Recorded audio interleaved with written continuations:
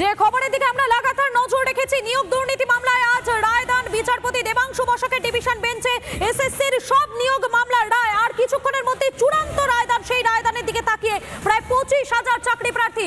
আমাদের সঙ্গে রয়েছেন আমাদের একাধিক প্রতিনিধি রয়েছেন, আমাদের সঙ্গে রয়েছেন প্রজ্ঞা রয়েছেন, বিট্টু রয়েছেন, ঐন্দ্রিলা রয়েছেন, একাধিক প্রতিনিধি প্রত্যেকটা মুহূর্তের আপডেটটা তুলে ধরছেন। আমি প্রথমেই একবার ঐন্দ্রিলার কাছে চলে যাই। ঐন্দ্রিলা, এই মুহূর্তে তুমি চাকরি প্রার্থীদের সঙ্গে রয়েছো এবং তোমার সঙ্গে তিনিও রয়েছেন। যে চাকরি প্রার্থীর আন্দোলন, যে চাকরি প্রার্থী যেভাবে প্রতিবাদটা দেখিয়েছিলেন, সেই প্রতিবাদ দেখেছিল গোটা বাংলা। আজকে যখন রায়দান আদালতে, ঠিক তখন কি বলছেন তিনি?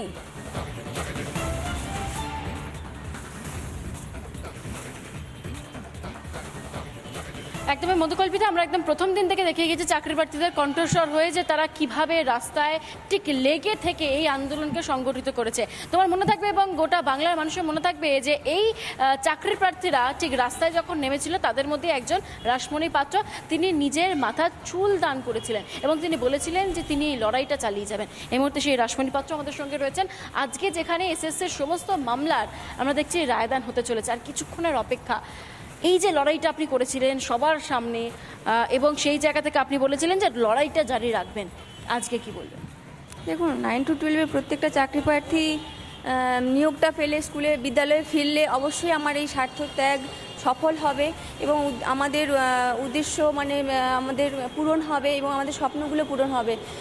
এবং এটাও বলবো পাশাপাশি যে দীর্ঘ 8 বছর যে বঞ্চনার শিকার হয়েছি, আমরা দুর্নীতির শিকার হয়েছি এবং দীর্ঘদিন লড়াইটা করে এসেছি। এটা শুধু আমাদের অধিকারের লড়াই নয়, অধিকারের সঙ্গে এটা দুর্নীতির বিরুদ্ধেও লড়াই। তো সেক্ষেত্রে বিচার ব্যবস্থা, মহামান্য আদালতের কাছে আমাদের একটাই অনুরোধ বা প্রেয়ার থাকবে যে আমাদের প্রত্যেকটা চাকরি প্রার্থীরা 8 বছর ধরে যে লড়াইটা আমরা চালিয়ে গেছি, সমস্ত দিক থেকে অবশ্যই যেন সেই বিচার ব্যবস্থা আমাদের সঠিক বিচার করেন এবং সঠিক রায়দান করেন, যাতে আমরা বিদ্যালয়ে ফিরতে পারি, আমাদের রাস্তায় বসে থাকতে আর না হয়। আমাদের খুব মনে রয়েছে আপনি যখন আন্দোলন করছিলেন সেই সময় আপনি নিজে চোখের জল যেমন ভাসিয়ে দিয়েছিলেন, তার সঙ্গে আপনার যারা অন্যান্য আন্দোলনকারী ছিল তারাও সেদিন আপনার পাশে ছিল, প্রত্যেকে দেখেছিল গোটা বাংলার মানুষ। আজকে আপনার যারা এরকম সহযোদ্ধা ছিল তাদের হয়তো আপনি কথা বলছেন, কি বলবেন আজকে রায়দানটাকে নিয়ে? কি সত্যি আপনারা খুব আশাবাদী? আমরা খুবই আশাবাদী এবং খুবই চিন্তিত। এটা ছাড়া আমাদের কাছে আমাদের সত্যি আর কিছু নেই হাতে। সরকার তো এতদিন প্রতিশ্রুতি দিয়েছে, আলোচনা বৈঠক করেছে, এখন পুরোপুরি বিচার ব্যবস্থার উপর ছেড়ে দিয়েছেন। এখন বিচার ব্যবস্থায় আমাদের বাঁচাতে পারে, জীবনটাকে, আমাদের সমস্ত 9 to 12 প্রত্যেকটা চাকরি প্রার্থীর জীবনটাকে বাঁচাতে পারে। আমাদের বলছেন যে বিচার ব্যবস্থা আপনাদেরকে বাঁচাতে পারে। আজকে রায়দান আপনাদের পক্ষে থাকলে ঠিক কোন কোন দিক খুলে যাবে বলে মনে করছেন? দেখুন, অবশ্যই আমরা চাকরিটা পাবো, আমাদের হকের চাকরি। এতদিন ধরে আমরা যে কষ্ট ভোগ করে আসছি, অর্থনৈতিক, সামাজিক, বিভিন্ন পারিবারিক, বিভিন্ন রকম মানসিক যন্ত্রণা সম্মুখীন হয়েছি, বিভিন্ন রকম পরিস্থিতির মোকাবিলা করেছি। সেই পরিস্থিতিগুলো হয়তো এবারে হয়তো আমাদের জীবন থেকে কালো মেঘটা হয়তো সরবে, আমাদের হয়তো আলোটা আমরা হয়তো আমাদের জীবনে পড়বে, আশা রাখছি।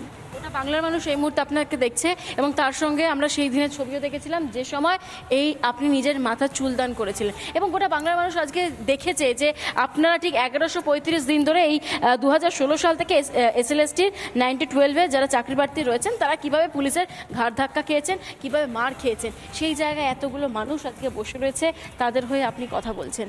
আর তো কিছুক্ষণের অপেক্ষা, কোথাও গিয়ে আবেগ ঘন মুহূর্ত আপনার হয়ে কাজ করছে বা কোথাও কথা জড়িয়ে আসছে, কি মনে হচ্ছে? পরিবারও তো আপনার পাশে। দেখুন, বললাম না, খুব চিন্তায়, খাওয়া দাওয়া ঘুম চলে গেছে। কি রায় হবে, কি হবে আমাদের, আমরা সত্যি জানি না। তো আমরা সবসময় ভালোটাই আশা করে এসেছি প্রথম থেকে, এখনও করছি যে আমাদের ভালোই হবে, কারণ আমরা যোগ্য প্রার্থী, আমাদের কোথাও কোনো ভুল নেই, আমাদের কোথাও কোনো ভুল নেই। আমরা কিন্তু র্যাঙ্ক করেছি এবং আমরা অধিকারের জন্য এতদিন লড়াই করে এসেছি। অতএব অবশ্যই আমরা কিন্তু সেই কর্ম করেছি তার ফল আমরা অবশ্যই পাবো। আপনারা অনেকবার বলেছিলেন যে ব্রাত্য বসুর সঙ্গে কথা হয়েছে, অভিষেক বন্দ্যোপাধ্যায়ের সঙ্গে কথা হয়েছে, এমনকি মাননীয় মুখ্যমন্ত্রীও তিনিও আপনাদের প্রতিশ্রুতি দিয়েছিলেন চাকরি হবে। আরও একটা নির্বাচন সামনে রয়েছে, আমরা এখনো পর্যন্ত দেখিনি যে মাননীয় মুখ্যমন্ত্রী একবারও প্রতিশ্রুতি দিয়েছেন যে চাকরি হবে। দেখুন উনি মানে অনেকবারই প্রতিশ্রুতি দিয়েছেন এবং আমরা অনেকবারই আলোচনা বৈঠক করেছি মাননীয় অভিষেক বন্দ্যোপাধ্যায়ের সঙ্গে, শিক্ষামন্ত্রীর সঙ্গে এবং বিভিন্ন শিক্ষা আধিকারিকদের সঙ্গে, এবং আমরা ডেডলাইনও পেয়েছি, কিন্তু আজও পর্যন্ত আমাদের নিয়োগটা হয়নি। তো ওনারা বলেছেন বিচার ব্যবস্থার ওপর পুরোটাই ছেড়ে দিয়েছেন, তো বিচার ব্যবস্থা যা বলবেন ওনারা তাই করবেন, এবং ওনাদেরও উচিত ছিল যে বিচার ব্যবস্থা সময় থাকতে থাকতে বিচার ব্যবস্থার কাছে যাওয়া, যোগ্যদের হয়ে প্রেয়ার করা বা হলফনামা জমা দেওয়া, কিন্তু ওনারা কোনো কিছুই করেননি। তো সেক্ষেত্রে আমরা কিন্তু একটাই কথা বলবো যে আমরা হয় মৃত্যু না হয় চাকরি। আমরা প্রথম থেকেই বলে এসেছি যে আমাদের জীবনের অনেকগুলো বছর, 8 বছর পেরিয়ে গেছে, আমাদের স্বপ্নগুলো সব শেষ হয়ে গেছে, আমাদের পরিবারগুলো ধ্বংসের মুখে। আজকে আমরা বেঁচে আছি শুধু এই চাকরির আশাটুকু নিয়ে, এবং মাননীয়ার প্রতিশ্রুতি আর এই কয়েকটা আলোচনা বৈঠকের ওপর বিশ্বাস করে, ভরসা করে আমরা কিন্তু আজকে বেঁচে আছি। বলছেন যে আপনারা আজকে এই রায়ের ওপর আশাবাদী রয়েছেন। যে খবরের দিকে আমরা লাগাতার নজর রেখেছি, নিয়োগ দুর্নীতি মামলায় আজ রায়দান বিচারপতি দেবাংশু বসাকের ডিভিশন বেঞ্চে এসএসসির সব নিয়োগ মামলার রায়। আর কিছুক্ষণের মধ্যে চূড়ান্ত রায়দান, সেই রায়দানের দিকে তাকিয়ে প্রায় 25,000 চাকরি প্রার্থী। আমাদের সঙ্গে রয়েছেন আমাদের একাধিক প্রতিনিধি রয়েছেন, আমাদের সঙ্গে রয়েছেন প্রজ্ঞা রয়েছেন, বিট্টু রয়েছেন, ঐন্দ্রিলা রয়েছেন, একাধিক প্রতিনিধি প্রত্যেকটা মুহূর্তের আপডেট তুলে ধরছেন। আমি প্রথমেই একবার ঐন্দ্রিলার কাছে চলে যাই। ঐন্দ্রিলা, এই মুহূর্তে তুমি চাকরি প্রার্থীদের সঙ্গে রয়েছো এবং তোমার সঙ্গে তিনিও রয়েছেন। যে চাকরি প্রার্থীর আন্দোলন, যে চাকরি প্রার্থী যেভাবে প্রতিবাদটা দেখিয়েছিলেন, সেই প্রতিবাদ দেখেছিল গোটা বাংলা। আজকে যখন রায়দান আদালতে, ঠিক তখন কি বলছেন তিনি?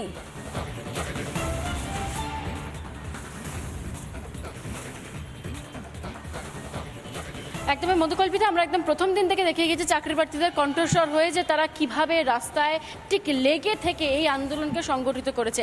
তোমার মনে থাকবে এবং গোটা বাংলার মানুষের মনে থাকবে যে এই চাকরি প্রার্থীরা ঠিক রাস্তায় যখন নেমেছিল, তাদের মধ্যে একজন রাসমণি পাত্র, তিনি নিজের মাথার চুল দান করেছিলেন এবং তিনি বলেছিলেন যে তিনি এই লড়াইটা চালিয়ে যাবেন। এই মুহূর্তে সেই রাসমণি পাত্র আমাদের সঙ্গে রয়েছেন। আজকে যেখানে এসএসসির সমস্ত মামলার আমরা দেখছি রায়দান হতে চলেছে, আর কিছুক্ষণের অপেক্ষা। এই যে লড়াইটা আপনি করেছিলেন সবার সামনে এবং সেই জায়গা থেকে আপনি বলেছিলেন যে লড়াইটা জারি রাখবেন, আজকে কি বলবেন? দেখুন 9 to 12 প্রত্যেকটা চাকরি প্রার্থী নিয়োগটা পেলে, স্কুলে বিদ্যালয়ে ফিরলে অবশ্যই আমার এই স্বার্থ ত্যাগ সফল হবে এবং আমাদের উদ্দেশ্য আমাদের পূরণ হবে এবং আমাদের স্বপ্নগুলো পূরণ হবে। এবং এটাও বলবো পাশাপাশি যে দীর্ঘ 8 বছর যে বঞ্চনার শিকার হয়েছি, আমরা দুর্নীতির শিকার হয়েছি এবং দীর্ঘদিন লড়াইটা করে এসেছি, এটা শুধু আমাদের অধিকারের লড়াই নয়, অধিকারের সঙ্গে এটা দুর্নীতির বিরুদ্ধেও লড়াই। তো সেক্ষেত্রে বিচার ব্যবস্থা, মহামান্য আদালতের কাছে আমাদের একটাই অনুরোধ বা প্রেয়ার থাকবে যে আমাদের প্রত্যেকটা চাকরি প্রার্থীরা 8 বছর ধরে যে লড়াইটা আমরা চালিয়ে গেছি সমস্ত দিক থেকে, অবশ্যই যেন সেই বিচার ব্যবস্থা আমাদের সঠিক বিচার করেন এবং সঠিক রায়দান করেন, যাতে আমরা বিদ্যালয়ে ফিরতে পারি, আমাদের রাস্তায় বসে থাকতে আর না হয়। আমাদের খুব মনে রয়েছে আপনি যখন আন্দোলন করছিলেন সেই সময় আপনি নিজে চোখের জল যেমন ভাসিয়ে দিয়েছিলেন, তার সঙ্গে আপনার যারা অন্যান্য আন্দোলনকারী ছিল তারাও সেদিন আপনার পাশে ছিল, প্রত্যেকে দেখেছিল গোটা বাংলার মানুষ। আজকে আপনার যারা এরকম সহযোদ্ধা ছিল তাদের হয়তো আপনি কথা বলছেন, কি বলবেন আজকে রায়দানটাকে নিয়ে? কি সত্যি আপনারা খুব আশাবাদী? আমরা খুবই আশাবাদী এবং খুবই চিন্তিত। এটা ছাড়া আমাদের কাছে আমাদের সত্যি আর কিছু নেই হাতে।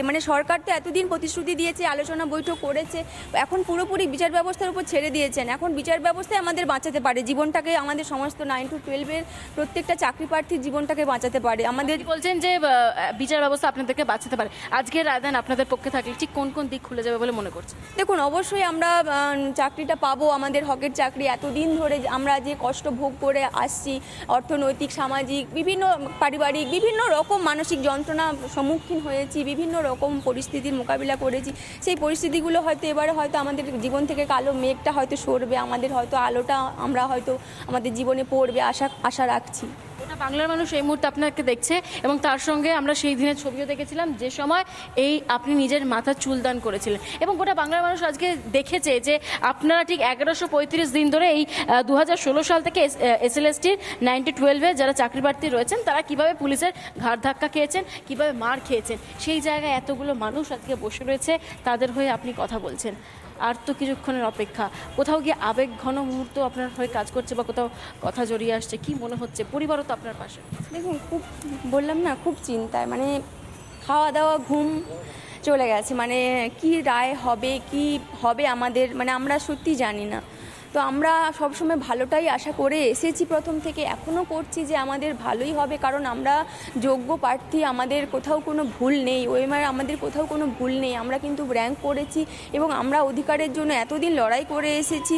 অতএব অবশ্যই আমরা কিন্তু সেই কর্ম করেছি তার ফল আমরা অবশ্যই পাবো। এটা আপনারা অনেকবার বলেছিলেন যে ব্রাত্য বসুর সঙ্গে কথা হয়েছে, অভিষেক বন্দ্যোপাধ্যায়ের সঙ্গে কথা হয়েছে, এমনকি মাননীয় মুখ্যমন্ত্রীও তিনিও আপনাদের প্রতিশ্রুতি দিয়েছিলেন চাকরি হবে। আরও একটা নির্বাচন সামনে রয়েছে, আমরা এখনো পর্যন্ত দেখিনি যে মাননীয় মুখ্যমন্ত্রী একবারও প্রতিশ্রুতি দিয়েছেন যে চাকরি হবে। দেখুন, উনি মানে অনেকবারই প্রতিশ্রুতি দিয়েছেন এবং আমরা অনেকবারই আলোচনা বৈঠক করেছি মাননীয় অভিষেক বন্দ্যোপাধ্যায়ের সঙ্গে, শিক্ষামন্ত্রীর সঙ্গে এবং বিভিন্ন শিক্ষা আধিকারিকদের সঙ্গে, এবং আমরা ডেডলাইনও পেয়েছি, কিন্তু আজও পর্যন্ত আমাদের নিয়োগটা হয়নি। তো ওনারা বলেছেন বিচার ব্যবস্থার ওপর পুরোটাই ছেড়ে দিয়েছেন, তো বিচার ব্যবস্থা যা বলবেন ওনারা তাই করবেন, এবং ওনাদেরও উচিত ছিল যে বিচার ব্যবস্থা সময় থাকতে থাকতে বিচার ব্যবস্থার কাছে যাওয়া, যোগ্যদের হয়ে প্রেয়ার করা বা হলফনামা জমা দেওয়া, কিন্তু ওনারা কোনো কিছুই করেননি। তো সেক্ষেত্রে আমরা কিন্তু একটাই কথা বলবো যে আমরা হয় মৃত্যু না হয় চাকরি। আমরা প্রথম থেকেই বলে এসেছি যে আমাদের জীবনের অনেকগুলো বছর, 8 বছর পেরিয়ে গেছে, আমাদের স্বপ্নগুলো সব শেষ হয়ে গেছে, আমাদের পরিবারগুলো ধ্বংসের মুখে, আজকে আমরা বেঁচে আছি শুধু এই চাকরির আশাটুকু নিয়ে, এবং মাননীয়ার প্রতিশ্রুতি আর এই কয়েকটা আলোচনা বৈঠকের ওপর বিশ্বাস করে ভরসা করে আমরা কিন্তু আজকে বেঁচে আছি। বলছেন যে আপনারা আজকে এই রায়ের ওপর আশাবাদী রয়েছেন।